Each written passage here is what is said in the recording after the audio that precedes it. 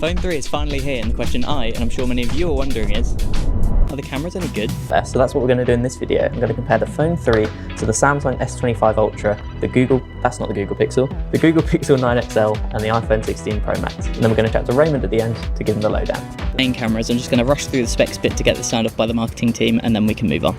Phone 3 has a 50 megapixel OmniVision OV50H sensor with an aperture of 1.68. The Pixel also has a 50 megapixel sensor with an aperture of f1.68. The Samsung has a 200 megapixel sensor with an aperture of f1.7, and the iPhone has a 48 megapixel sensor with an aperture of f1.8. Alright, that was quite a lot of numbers, and it'd be pretty boring if I just go through what they all mean, so let's just get some test shots and see for ourselves.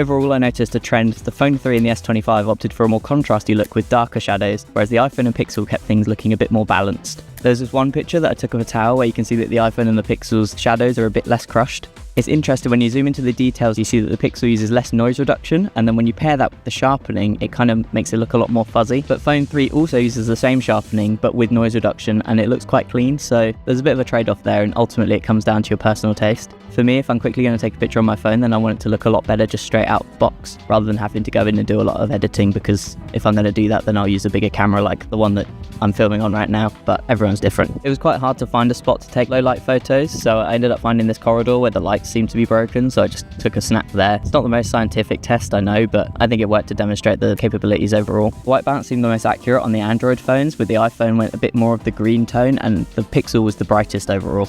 Zooming into the light on the elevator, the details look the clearest on the Phone 3 and the iPhone, but to be honest, it was such a small portion of the image, and then if you're going to upload it to social media, it doesn't really matter anyway. I feel like all the cameras were pretty capable here. I was a bit shocked by this last one. I feel like the Phone 3 really missed the mark. The HDR tuning was a bit too overcooked, so the sky looked more purple than blue. We took the L there, and I'll take that to Raymond, so hopefully he can fix it before launch.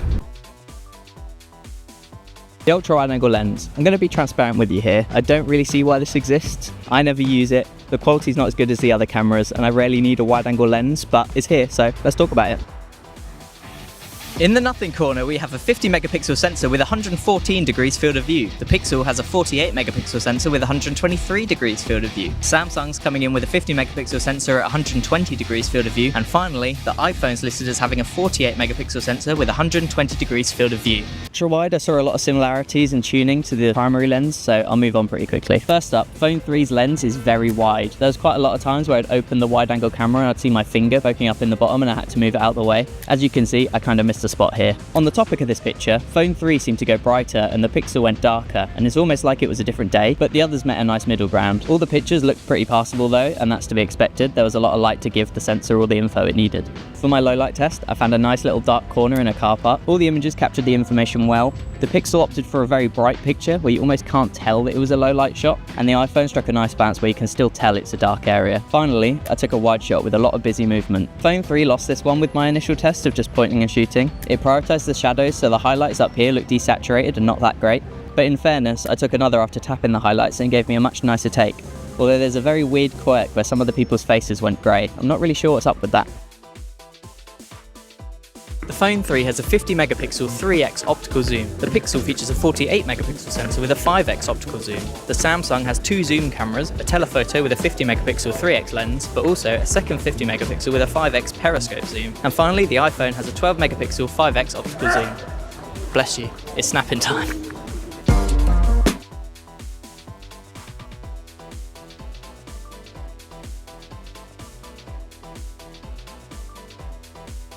The difference between the 3x and the 5x zooms was quite interesting though. I feel like when I was trying to take photos, I'd stand naturally at the distance you'd expect from a 3x zoom, and then I'd open the 5x and I'd kind of have to take a few steps back to get the composition I wanted. I don't think it's a deal breaker because you could probably get used to it over time, but I just thought it was worth mentioning. It's nice that the Samsung gives you the option of both the 3 and the 5x zoom, but it's also more expensive, so I guess it's down to what you want to prioritize. I did find with the Pixel it was quite difficult to get the composition I wanted. The image stabilization was quite floaty, so I had to end up trying to snipe the shot halfway through the movement rather than just holding the phone still like I could with the others. Macro shots, however, are a different story. I had to make a correction on my earlier statement. You don't get the benefits of macro with periscope like I thought. Apart from the Phone 3, all the other phones wanted to switch to the ultra wide or the primary lens. I couldn't really get the closeness that I wanted for the shot. And yeah, the periscope on phone 3 gave me significantly better results. Not to keep piling on the Pixel here, but when I was trying to get a photo of this flower, it would rack the focus to just the perfect point and then it would switch to a completely different camera. It was quite frustrating. Maybe I was doing something wrong and you need to use a different app, but to be honest, that kind of defeats the purpose of this test where I just unbox the phones and start taking photos straight away.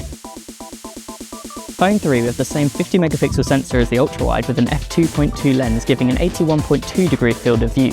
Pixel has a 42 megapixel sensor with an aperture of f2.2 and 103 degrees field of view. The Samsung has a 12 megapixel f2.2 camera with an 80 degree field of view. And finally, the iPhone has a 12 megapixel camera with an aperture of f1.9. I couldn't find an official statement from Apple on the field of view, so I can't really give you that, I'm sorry. Tim, do better. For this test, I'm going to go around the office to get loads of people to take selfies because, to be honest, you've had enough of my ugly mug for this video. That meant that all of the phones at some point didn't take the most sharp image and it was quite blurry. So for those examples, I'll leave them out of the judging just to be fair. I'll let Luke go past. Sorry. All good. Also, for the phone 3 images, they're all flipped the other way around, so for the video, I'll flip it back so it's easy for you guys to judge, but the original ones down below will show them the other way around. The selfies from the Android phones seem to be a lot sharper overall. I'm not really sure what's happening there. At first, I thought it could have been user error, but then when I compared it to the other shots I took at the other locations, it also seemed to be the same. By no means do I think they're bad, but I personally would have liked them to be a little bit sharper, but again, it's down to personal preference. Other than that, I thought exposure, brightness and white balance was all pretty solid. Nice to meet you. Nice to meet you. So hey, Roman, thanks for joining me. I've taken loads of pictures and some things have done some weird quirks that I thought I'd show you, but I'd also show you some good ones and then we can chat. Sure, sounds good. I think what I'm looking at here is Pixel and iPhone feels really muddy, like cloudy on the building, like on the top. I wouldn't say this is it is sharp, like we do use sharpening, but in the case of this one, I don't think it's the sharpening helping. I think it's better just treating when the light is facing the camera to reduce the muddiness. I think iPhone was the only one that's really bad in. This is actually a difficult scene, right? When you have the light shooting directly at the camera. Yeah. I think Samsung's one is actually good. I think here's the thing though, like don't like to pixel pinch. I think doing that defeats the whole purpose because when you have the camera, like your goal is to shoot a nice photo. It's not to see every single pixel, right? Alright, now I want to show you one that we didn't do as well. Okay, you don't like this? No, I think it looked a bit Really? saturated. No, it's not saturated, it's more contrasty. What I don't like about it is that we bring the shadows too high up here to the point where it doesn't look like the building's in shade anymore. Yeah. And then if you look at the sky, It's like a weird filter. yeah, if you look at the sky versus the others, it's gone a bit purpley magenta. You sure you didn't use a filter? I'm positive. Okay. I mean, I have seen like color being off, but never the sky really. The sky is usually fine for me. We need to take an extra look at this. This is not the most ideal that this comes out this right. Is that something that we can look into? And For sure. I think if you send me these photos, I'll forward them to the camera team. so this is one of the other examples that I don't think we did very well. Oh, this one's ours. Yeah. It's kind of in focus, It's focusing on the back instead of the front. but how we've dealt with those highlights, it's just very washed out. Yeah. And you lose the blue of the sky that you get in some of the others. Yeah. This one was a bit dodgy, but then I took a second one, which I think looked much nicer. So like even up here, the colors are much more natural like the others, and you get some nice contrast across the whole image, even though you don't like pixel peaking. If you scroll in, some people just have gray on their faces. Oh, It's a bit of a weird quirk. can you see anyone else? Like on the other photo? Wait, what? It's pretty scary if you look at it. Like, but that's the thing where like these bugs are always because of a side effect of another algorithm, right? Because we have so many algorithms stacked.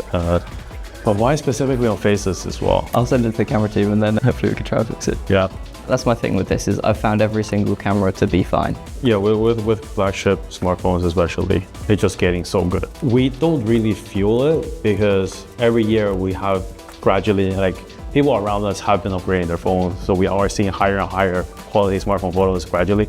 But then if you suddenly go on Instagram like and then find like a photo from like 8 years ago, you really do realize how far we've come. So there we have it, all the tests complete, and we got some interesting results. As I just mentioned with Raymond, all the stuff I picked up I flagged with the camera team, so hopefully they can fix it before launch. Something Raymond said in the interview is that we do a lot more scientific tests in our labs, but during the beta testing is where you get real world examples on where we can improve. Looking back at all the tests, I'm really curious to see what other people have to say. I know the embargo lifts later this week, so be sure to look out for the other reviews from creators online. Before I go, I need to do a tiny little ad read on our camera presets feature. It's basically this feature where we've preloaded a bunch of camera settings like aperture, focus and color balance directly into the camera app so they can all be set before you take the photo. If you've got a 3A or 3A Pro, then just swipe up in the camera app and you'll be able to see them already. And online in our community, loads of people have made their own presets and you can share them via a QR code so you can try out a bunch of different presets for yourself. Anyway, that's it from me. Thank you so much for watching and I'll see you later.